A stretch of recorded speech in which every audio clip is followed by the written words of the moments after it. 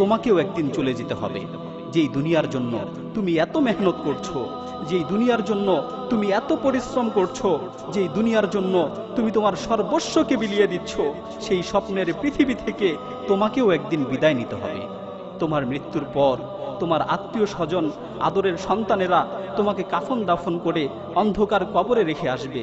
মনে রেখো, কবর হচ্ছে এমন এক অন্ধকার কুঠুরি যেখানে আলো বাতাস কোনো কিছুই থাকবে না। কবর হচ্ছে এমন এক অন্ধকার গৃহ যেখানে তোমাকে একাই থাকতে হবে। তোমার পিতামাতা, স্ত্রী, সন্তান, আত্মীয় স্বজন, বন্ধু বান্ধব কেউই তোমার সাথে যাবে না।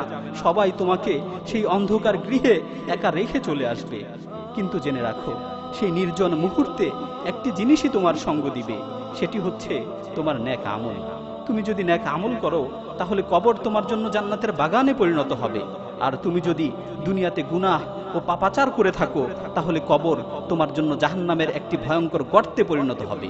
রাসূল সাল্লাল্লাহু আলাইহি ওয়াসাল্লাম বলেন, আল কবরু রাউদাতুম মিন রিয়াদিল জান্নাহ আও হুফরাতুম মিন হুফারিন নার।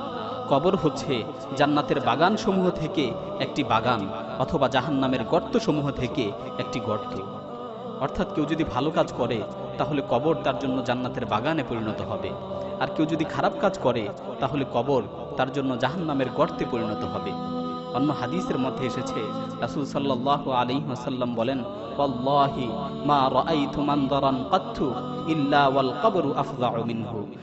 সুতরাং আসো না, আমরা আমাদের জীবনকে ভালো কাজে ব্যয় করি, আমরা বেশি বেশি করে নেক আমল করি আর খারাপ কাজ থেকে বিরত থাকি।